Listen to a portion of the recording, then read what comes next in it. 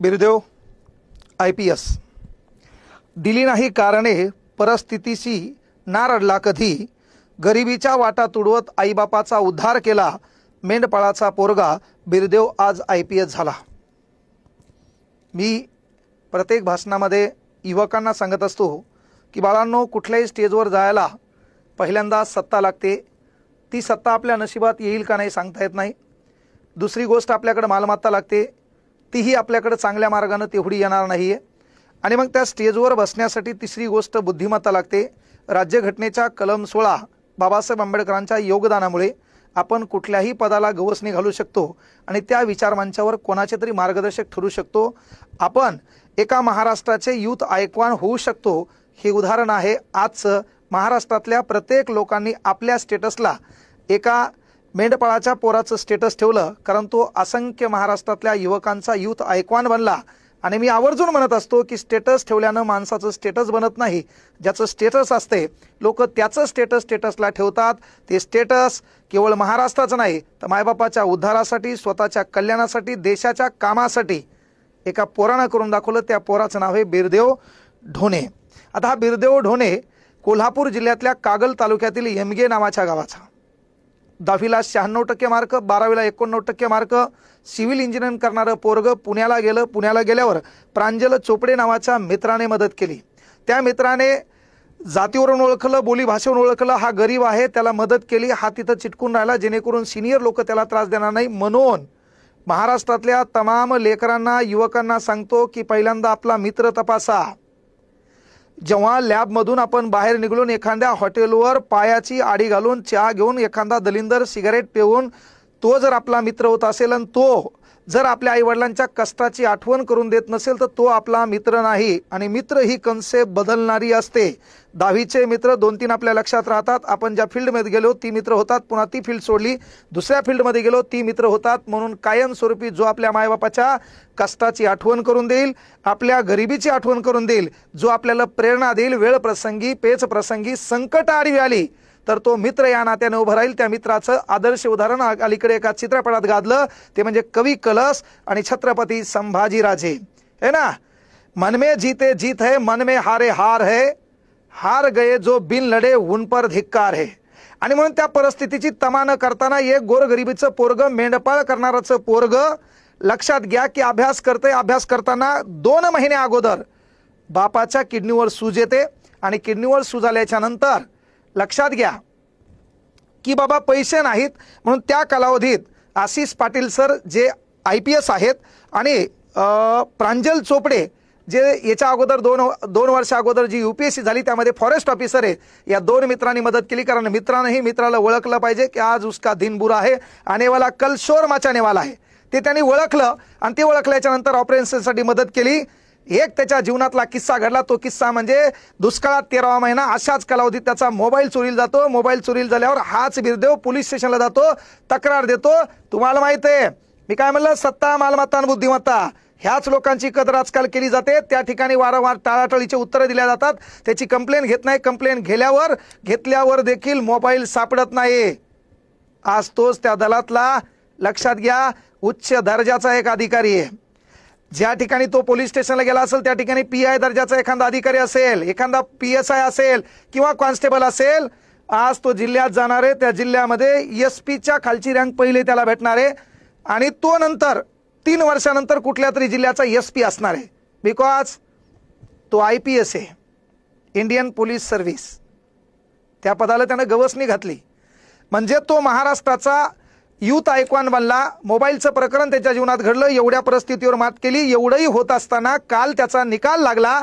निकाल लागल्याच्या नंतर त्याचा मित्र प्रांजल चोपडे यांनी त्याला फोन केला। फोन केल्यावर तू कुठे आहे सांगितल्यावर याने सांगितलं की मेंढ्या घेऊन चारायला आलोय। अरे का बाबा? तर बाबा वडिलाची तब्येत बिघडलेली आहे, ते आजारी आहेत म्हणून सध्या मी तेच काम करायलोय। कोण म्हणायलाय? जो महाराष्ट्राचा यूथ आयकॉन ठरलाय। आणि मग त्यांनी सांगितलं तुझा निकाल आलाय, 551वा क्रमांक आहे, IPS दर्जाचं पद तुला मिळणार आहे। आनंद गगनात मावला नाही। त्याच्या पायातली चप्पल पाहिली, 100-150 रुपयाची चप्पल आहे। ज्या ठिकाणी तो भेटे मागून मेंढ्या आहेत त्याच्या आज हे पहा, हे आज म्हणजे आज अख्खं गाव सत्कार करेल। त्याच्या बापाला कधी कोणी स्टेजवर बोलवलं नसेल, आज त्याचा बाप प्रत्येक स्टेजवर असेल, त्या बापाचा सन्मान असेल, यालाही कुठल्या स्टेजवर बोलवलं नसेल, आज महाराष्ट्रातल्या प्रत्येक स्टेजवर त्याला बोलवलं जाईल, त्याचं मार्गदर्शन घेतलं जाईल। का? कामयाबी में दुनिया तुम्हारे साथ होती है, जब तुम नाकामयाब होते हो तो पूरी दुनिया तुम्हारे खिलाफ होती है। महाराष्ट्रातल्या तमाम दलिंदरांना सांगायलो की बाबा आपण आदर्श कोणाला मानावं, तर त्याचं कारण हे आदर्श माना। अशा लेकरांना परिस्थितीवर मात करून आपल्याला आपलं आयुष्य घडवता येते। केवळ चैना घालणारे, गुंडागर्दी करणारे, हिरोगिरी करणारे, मी काहीतरी आगळा वेगळा आहे मला मानणारा वर्ग आहे, अशा युवकांना आदर्श मानून माज दाखवू नका। त्यानंतर सरळ सेवेमध्ये तयारी करणारे, लगेच लाख 12-15 लाख हुंड्याची अपेक्षा करणारा, मोठा डीजे लावणारा, कपड्यात तेव्हा बदल करणारा, या सर्वांच्या गोष्टीला मात देण्याचं काम या बिरदेवनं केलंय। म्हणून आपले आदर्श चेक करा। मायबापांना मी आवर्जून सांगत असतो, हप्त्यातून अवला दिली एकदा मारा। का? यांचे आदर्श कोणाची कोणाच्या संपर्कात हे पाहणं गरजेचं आहे। कारण आज बिरदेव घडला त्याचं मुख्य कारण त्याची संगत गुण, आणि ती संगत गुण होते IPS कोण, तर महत्वाची गोष्ट लक्षात घ्या, आशिष पाटील सर आणि त्यांचा जीवलग मित्र जो म्हणजे प्रांजल चोपडे। ह्या मित्रांची वारंवार साथ भेटली, या मित्रांचं वारंवार मार्गदर्शन भेटलं, आणि मित्रानंच मित्राला फोन केला की तो सिलेक्शन झाले। तसे दिवस आपल्यात आले पाहिजे, आणि ते दिवस काय येऊ द्यायचे, तर पहा त्यानं जेव्हा सिलेक्शन झालं तेव्हा त्यानं छान एक वाक्य बोलले, हे वाक्य आपल्याला प्रेरणा देऊन जाईल। ते वाक्य कोणतं आहे पहा लक्षात। डॉक्टर बाबासाहेब आंबेडकरांचा एक कोट आहे की तुम्ही गरिबीमध्ये जन्मला हा तुमचा दोष नाहीये, पण तुम्ही गरिबीमध्ये मेला हा तुमचा दोष आहे। तर ती गोष्ट बदलण्यासाठी तुम्ही प्रयत्नाची पराकाष्ठा केली तर तुम्ही संधीचं सोनं करून तुम्ही सिच्युएशन बदलू शकता। होणार पोरग माझा साहेब झाला, तहसीलीतला मोठा आता नायब झाला, त्याचा दरारा असतोय सरकारी नौकरात, बाबासाहेबामुळं तुझ्यान माझ्या घरात। Power of Indian constitution, article 16, कलम 16च्या भरोश्यावर महाराष्ट्रातल्या भारतातल्या कुठल्याही पदाला तुम्हाला गवसणी घालता येते। ते काम एका मेंढपाळाच्या गोरगरिबाच्या लेकरानं करून दाखवले। म्हणून विनंती एकच आहे की आपल्या मायबापाने लेकरांकडे लक्ष द्या, त्यांचे आदर्श चेक करा, अभ्यास करायला लावा। बाकीच्या लेकरासोबत आपल्या लेकराची तुलना करू नका, त्याच्यात काय आहे ते पहा, आणि अशा लोकांच्या स्टोऱ्या त्याच्या समोर मांडा, जेणेकरून एक दिवस आपली स्टोरी बनली पाहिजे, आपलं स्टेटस बनलं पाहिजे, लोकांनी त्याचे स्टेटसला स्टेटस ठेवलं पाहिजे। म्हणजे मेंढ्या चारताना त्याला कॉल येतो, ज्या मित्रासोबत तयारी करायचा त्याच मित्रासोबत फोन आला, त्या मित्राचं नाव होतं निशांत देशमुख।